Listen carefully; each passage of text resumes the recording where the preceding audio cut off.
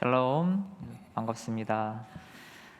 잠시 양해가 해주신다면 마스크를 벗고 설교를 하겠습니다.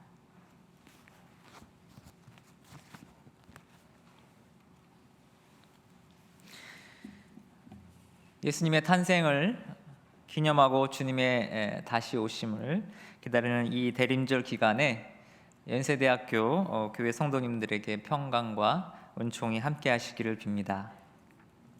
특별히 이 기간에 귀한 강단에서 말씀 전하는 자로 불러주신 우리 곽호철 담임 목사님과 교회에게 감사를 드립니다. 개인적으로는 참 감개무량합니다. 27년 전에 연세대학교 신과대에 입학해서 이 루스 채플에서 첫 예배를 드릴 때 정말 감격했던 기억이 생생한데요. 그런 제가 세월이 흘러 이 자리에 말씀 나누는 자로 서게 되어서 참 영광이고요. 그렇게 인도하신 하나님께 감사할 따름입니다. 이 자리에 계신 모든 분들에게도 하나님의 인도하심에 감격하게 되시는 날이 인생 가운데 아주 많으시기를 빕니다. 그런 의미에서 저는 오늘 우리와 늘 함께 하시고 인도하시는 하나님에 대한 말씀을 나누고자 합니다.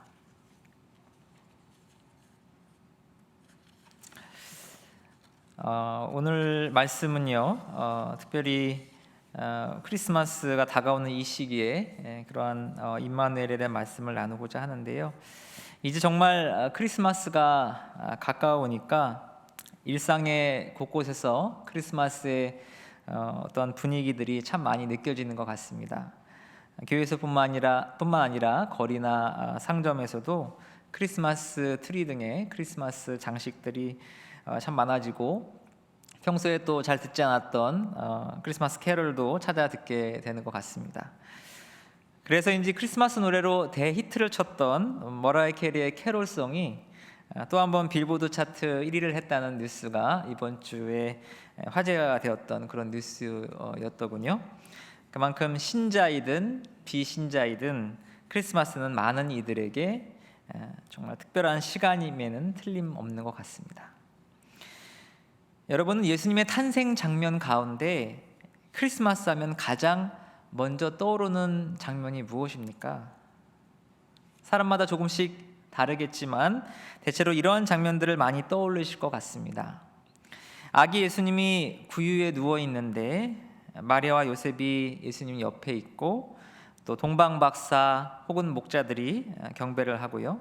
때로는 그들 모두가 함께 경배하고 있습니다. 그리고 가축들이 옆에서 아기 예수를 보고 있거나 아기 예수를 경배하듯이 구유 앞에 엎드려 있기도 합니다. 이 설명을 들으시면서 아마 그러한 장면들을 묘사한 그림들이나 장식들을 금세 떠올리셨을 것 같습니다. 이 장면은 교회 전통에서 아주 오랫동안 사용되어 왔고요. 아주 유명해서 크리스마스 카드에도 많이 활용되고 있죠. 또 대림절 기간에 성당이나 교회 앞에 이렇게 미니어처로 장식이 되어서 설치되어 있기도 합니다. 더구나 이 탄생 장면을 묘사하는 많은 그림들은 마태복음의 전통을 따라서 동방박사가 발견한 별을 이렇게 구유 하늘 위에 이렇게 배치시켜 놓습니다. 수많은 별들이 밤하늘에 반짝반짝 빛나고 있고 큰 그 예수님을 가리키는 별이 구유를 향해서 누운 아기 예수님을 비춰주고 있죠. 그리고 주위에는 동방박사, 목자들 그리고 동물들이 경배하며 축복하는 모습, 얼마나 낭만적이고 아름답게 느껴지십니까? 여기에 고요한 밤, 거룩한 밤, 이러한 순수함이 넘치는 캐롤이 흘러나온다면 너무 잘 어울리겠죠. 그런데 저는 오늘 말씀을 준비하면서 또 묵상하면서 이런 생각을 해보게 되었습니다. 예수님의 탄생 이야기를 통해 성서가 전해주고자 하는 메시지가 정말 그렇게 아름답고 낭만적인 것일까? 예수님을 구유에서 낳았던 마리아와 요셉이 그렇게 기쁘기만 했을까? 예수님이 구유에 누워진 장면은 누가복음 2장에 나오는데요. 누가복음 2장 1절로 3절을 읽어보면 왜 예수님이 가축들이 있는 곳에서 태어나게 되었는지 그 이유를 간접적으로 알 수가 있습니다. 예수님 탄생 당시에 로마 황제였던 아우구스투스가 제국 전체 주민들에게 호적 등록을 하라고 명령을 내리게 됩니다. 아마도 그 모든 제국에 있는 사람들을 더 강압적으로 다스리고 또 세금 같은 것들을 잘 걷기 위해 그렇게 명령하지 않았나 싶은데요. 그런데 호적 등록을 하려면 고향 땅에 직접 방문해서 등록을 했어야 했습니다. 우리나라 같은 경우 최근에 전자 정부가 됐죠. 그래서 행정이 전자화가 다 돼서 요즘은 인터넷이나 아무 주민센터를 가셔도 주민등록 등본을 이렇게 뛸 수 있습니다. 그렇죠? 그런데 불과 한 몇 년쯤 된지는 모르겠습니다만은 제가 기억하기로는 제가 대학교 시절까지도 그랬던 것 같은데 본인이 사는 그런 주민센터에 가서야만 그런 행정 처리를 했었습니다. 기억을 하실 겁니다. 자, 2000년 전에는 오죽했을까요? 그러다 보니 요셉과 마리아는 살았던 나사렛에서부터 고향 땅인 베들레헴으로 이렇게 직접 올 수밖에 없었던 것이죠. 포장도 안 된 길이었겠죠. 그리고 교통수단도 없었습니다. 그러한 당시에 직선 거리로 170km나 되는 그 거리는 일반인들에게도 여행하기가 무척 버거웠을 것 같습니다. 그런데 마리아는 만삭의 몸이었죠. 만삭의 몸으로 그 거리를 이동했으니 얼마나 더 힘들었을까요? 사실 위험을 무릅쓰고 여행했다고 해도 과언이 아닐 겁니다. 그런데 도착하니 또 다른 난관에 부딪힙니다. 온 나라 백성들이 호적 등록을 위해 고향 땅을 방문해야 했으니 머물 숙소가 전혀 남아있지 않았던 것이죠. 요셉은 가난한 목수였으니 좋은 숙소를 마련할 수 있는 힘도 없었고 웃돈을 주고서라도 방을 얻을 수 있는 재력 또한 없었습니다. 숙소를 찾다 결국 실패하고 누군가 내어준 마구간에 하룻밤 머무르게 된 요셉과 마리아의 마음이 얼마나 속상했을까요? 그런데 하필이면 그러한 순간에 마리아의 배가 아프기 시작한 것이죠. 아기가 나오려는 신호가 시작된 것입니다. 당시에 산부인과 의사 역할을 했던 산파도 그 자리에 없었고요. 도와주고 의지할 만한 친정 엄마도 없었으니 마리아가 얼마나 당황했을까요? 얼마나 힘들었을까요? 저를 포함해서 여기 계신 분들의 많은 분들께서 자녀가 있으실 것 같습니다. 네. 그러니까 아기를 낳는 과정이 얼마나 고통스러운 것인지, 그리고 아기라는 생명이 얼마나 연약한지 잘 아실 겁니다. 그래서 아기가 감염되지 않게 해서 오늘날 병원에서는 분만실과 의료 스태프들의 어떤 위생을 엄청나게 철저하게 관리하죠. 반면에 과거에 유아 사망이 많았던 이유 중에 하나가 아기를 집에서 낳는 경우가 많았죠. 그러다 보니 위생 상태가 좋지 않게 되면 아기가 감염되는 경우가 많았고 결국 목숨을 잃는 일들이 비일비재했던 것입니다. 이런 관점에서 보면 집보다 훨씬 더 비위생적인 마국간에서 아기를 낳는 일은 정말로 위험한 일이었을 겁니다. 우리들의 자녀가 태어났을 때를 떠올려 보시면 아기를 낳는 그때가 얼마나 소중하고 얼마나 축복된 순간인지 아마 잘 기억하실 겁니다. 과연 어느 부모가 마국간 같은 곳에서 소중한 아기를 낳고 싶겠습니까? 마리아와 요셉도 다르지 않았을 겁니다.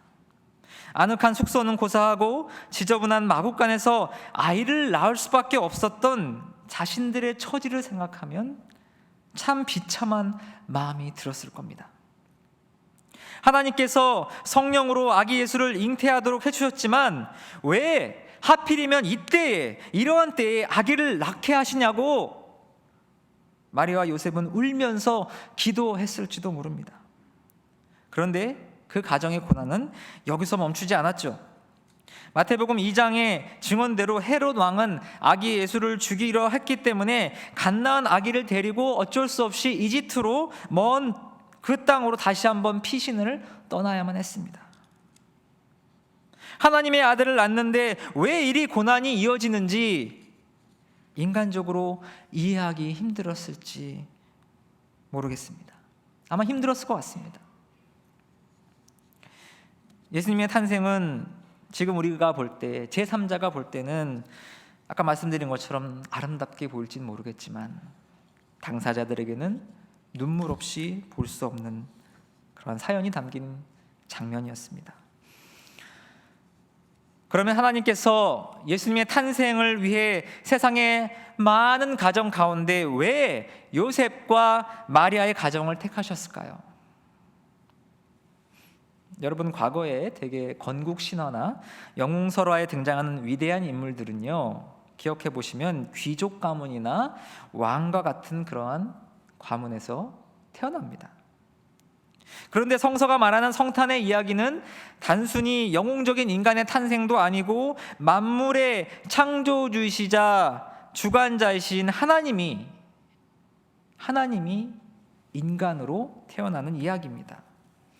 전능하신 하나님이라면 왕이나 최소한 귀족의 집안을 택할 수도 있었을 텐데 왜 당시에 하층민이었던 목수의 가정에서, 그리고 하필이면 마국간에서 태어나는 더 힘들고 더 어려운 인간의 삶을 택하셨을까?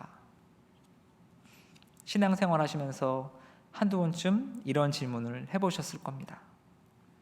이런 의문에 대한 답을 오늘 우리가 봉독한 마태복음 본문이 우리에게 전해주고 있습니다.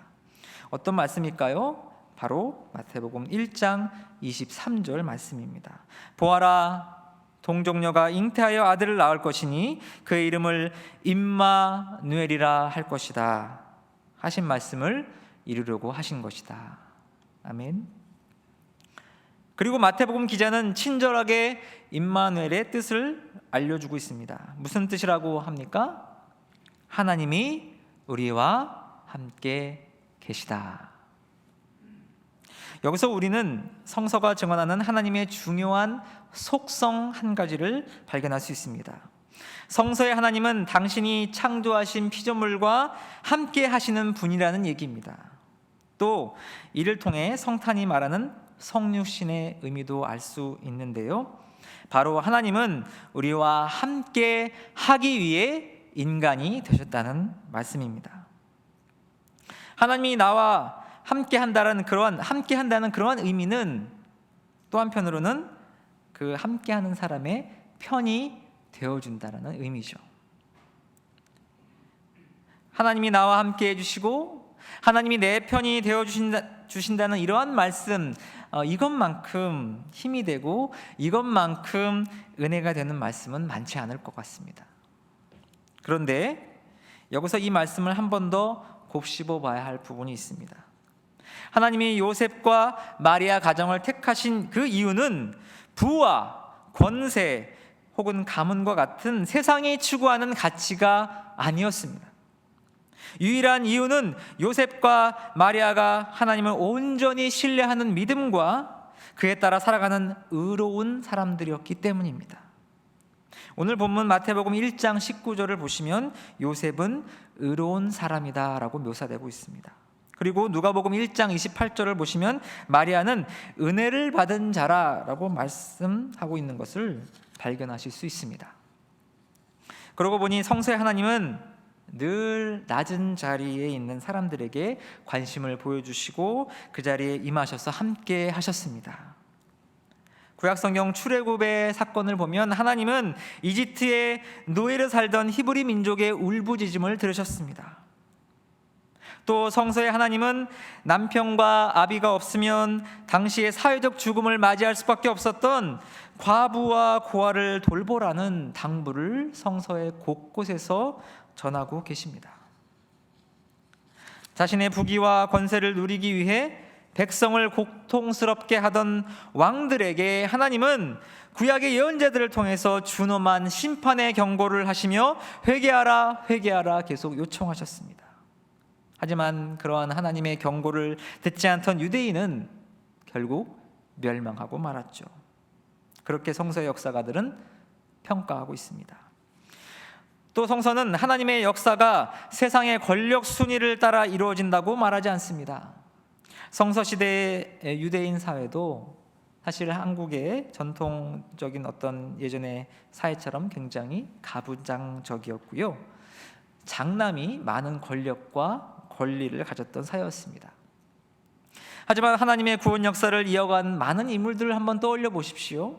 이삭, 야곱, 요셉, 모세, 다윗 등등 많은 인물들은 모두 장남이 아니었습니다. 그들이 하나님의 역사에 참여할 수 있었던 이유는 오직 하나님을 전적으로 신뢰하고 하나님의 뜻을 행하는 삶에 있었기 때문입니다. 무엇보다도 우리는 예수님께서 하나님의 뜻을 행하는 삶의 내용이 무엇인지 가장 분명하게 보여주셨음을 기억해야 합니다. 임마누엘, 하나님의 표징으로 태어난 아기 예수가 자라나서 공생애 때에 임마누엘의 삶을 사신 것입니다. 이것이 우리가 크리스마스를 기억하고 축하해야 하는 중요한 의미들 가운데 하나인 줄로 믿습니다. 구유가 자신의 첫 침대였을 만큼 예수님은 목수의 가정에서 풍족하게 성장하셨을 리가 없습니다. 가난한 집에서 성장한 사람들 가운데 여러분 보시면 이런 사람들이 있습니다. 그 가난이 너무 싫어서 가난에서 벗어나기 위해서 성공하고 그렇게 위해서 노력하고 또 성공하면 가난했던 과거를 잊어버립니다. 그리고 돌아보지 않으려고 하는 그러한 경우들을 종종 우리 주변에서 볼 수가 있죠. 하지만 예수님은 삶 전체에서 세상에서 말하는 높은 곳, 부와 권세를 지향하지 않으셨습니다. 당시에 루저라고 불리던 사람들로부터 손가락질 받던 사람들과 친구가 되어주시고 그들에게 복 있는 사람들이라 말하시며 축복하셨고요, 그들에게 하나님 나라의 희망을 심어주셨습니다. 이렇게 낮아지고 낮은 사람들과 임마누엘의 삶을 사는 것이 바로 하나님께서 원하시는 삶이라는 깊은 믿음을 가지고 있으셨기 때문입니다. 그래서 성서가 증언하는 하나님은 매우 역설적입니다. 가장 존귀하고 영광받아 마땅한 분이시지만 스스로 가장 낮은 곳에 임하시고 세상에서 낮은 자들로 취급받는 사람들과 함께 하시다가 멸시와 조롱을 받으며 십자가에 달려 돌아가신 분이 바로 우리가 믿는 하나님이기 때문입니다. 이는 당시의 고대 종교들이 믿는 신의 모습과는 너무나도 달랐습니다. 구약의 바알 신이든 신약의 로마의 신이든 인간의 경배와 무조건적인 충성을 요구하는 무서운 존재이거나 인간의 욕망을 충족시켜 주는 신이 그러한 풍요의 존재, 바로 그러한 신들을 당시의 종교들은 믿었기 때문이죠. 성서는 이러한 신을 섬기는 것을 우상이라고 하죠. 그래서 이는 탐욕과 권력이라는 높은 곳을 추구하지 말라는 경고라고 할 수 있습니다. 성탄을 기다리는 이 시기에 우리의 신앙은 예수님이 보여주신 임마누엘의 삶을 추구하고 있는지 스스로 물어봐야 하겠습니다. 나는 보다 낮아지는 자가 되게 하소서, 낮은 자들과 함께하는 삶을 사게 하소서 하는 기도를 더 자주 하는가? 아니면 나는 세상이 보여주는 높은 곳이 성서가 말하는 축복이라고 생각하면서 그것을 위해 기도를 하고 있는가? 묵상하시는 이 대림절 기간이 되시기를 바랍니다. 며칠 전에 의학계에 관련한 안타까운 뉴스 하나를 들었습니다. 전국의 대형 병원에 소아청소년과 전문의를 지원하는 사람들이 현격히 줄고 있다는 것이었습니다. 그래서 수도권의 한 유명 병원이 소아청소년과 입원 진료를 중단하게 되었다는 것이죠. 전문의가 더 이상 없기 때문이었습니다. 또 다른 한편의 뉴스에서는 최상위권 학생들이 의대를 지원하고 또 상위권 대학의 학생들이 재수나 반수를 통해서 의과대에 지원하려는 그러한 경향이 많다라는 그러한 소식이었습니다.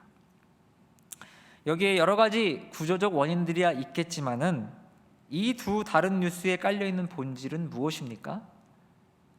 바로 돈입니다. 다른 전공보다 돈을 적게 주니까 소아청소년과가 인기가 점점 없어지고, 그러나 다른 한편으로 다른 직종보다는 의사가 돈을 많이 벌기 때문에 최상위권 학생들이 의대에 몰려가고 있는 것이죠. 물론 돈이 살아가는데 필요하고 중요하지만 의사가 되는 제일 큰 이유가 돈이라는 세태를 보여주는 것 같아서 씁쓸한 마음을 지울 길이 없었습니다. 그리스도의 정신을 가지고 국내 의료계의 발전을 선도해온 우리 연세대학교와 이를 위해 중보하시는 연세대학교회에 맡겨진 사명이 더 크다고 느껴집니다. 우리 연세대학교와 연세대학교회는 사실 임마누엘의 정신으로 세워졌다고 할 수 있습니다. 만일 언더우드와 아펜젤러가 130여 년 전에 미국에서 편한 삶을 택하고 낯선 한국 땅으로 오는 그 낮은 곳을 향한 길을 택하지 않으셨다면 우리는 이 자리에서 예배를 드리지 못할 수도 있었습니다. 얼마 전에 이태원 참사에서 많은 이들이 젊은 나이에 목숨을 허망하게 잃는 일로 인해서 많은 분들이 애통해 하셨을 줄로 압니다.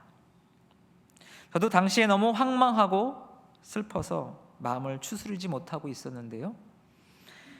당시에 연세대학교 교목실 주관으로 이 루스 채플에서 추모 기도회를 가진다기에 참여를 했었습니다.